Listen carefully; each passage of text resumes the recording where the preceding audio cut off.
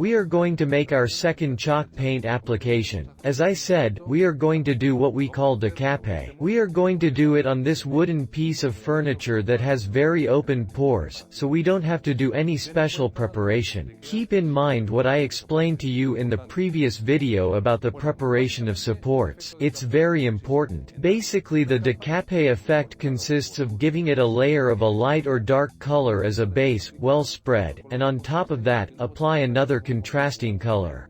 Then I will tell you how we are going to be playing to get the nuances of the decapé. We are going to apply this first layer very extended but covering very well. As in any application of paint on wood, we always try to respect the grain.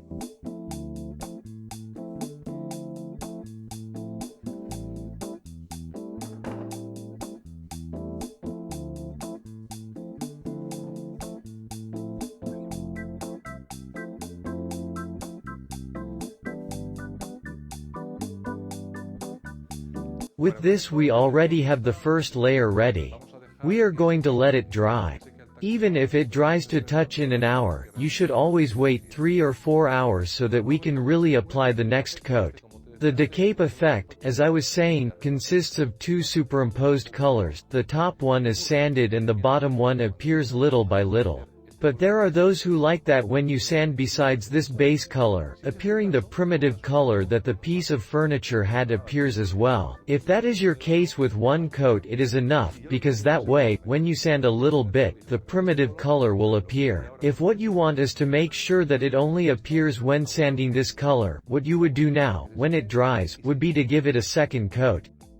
This is to your liking. We are going to wait for it to dry and we continue working. Now that it is dry we will give the second coat.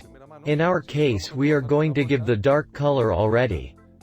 We are not going to give it as extended as the first coat, but we are going to work with the brush, with a different brush, loading a little more in any area that we prefer, thinking about the effect that we will have later when we sand, that there will be areas that we want to be more transparent and areas that we want to be less transparent. If you work with this type of brushes that load a lot of paint, do not load too much, because then it costs more to extend it, especially when the piece of furniture is like this, with areas with many edges, and vertices, where it is easy for paint to accumulate.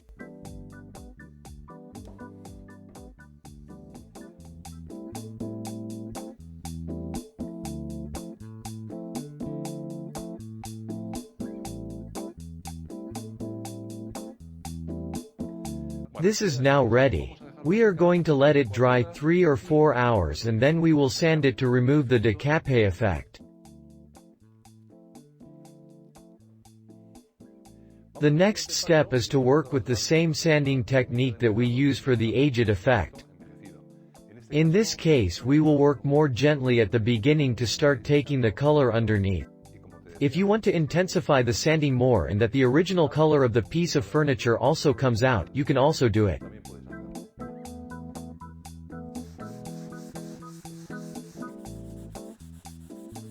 Notice how the beige tone we had below emerges little by little.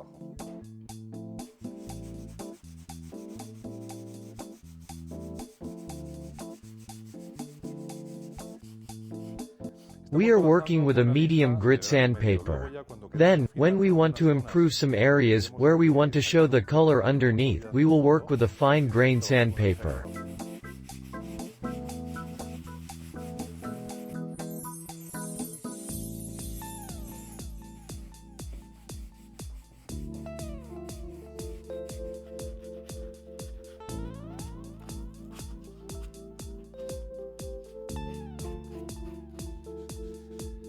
With this we can clearly see what a decapé looks like.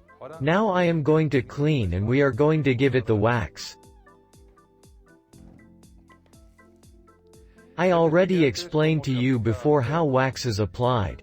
You know that you must give it because it is what protects the furniture and does not alter in no way the finish that we have given, because this wax becomes totally transparent after applying it. We are spreading it with the brush and we rub it with a cloth.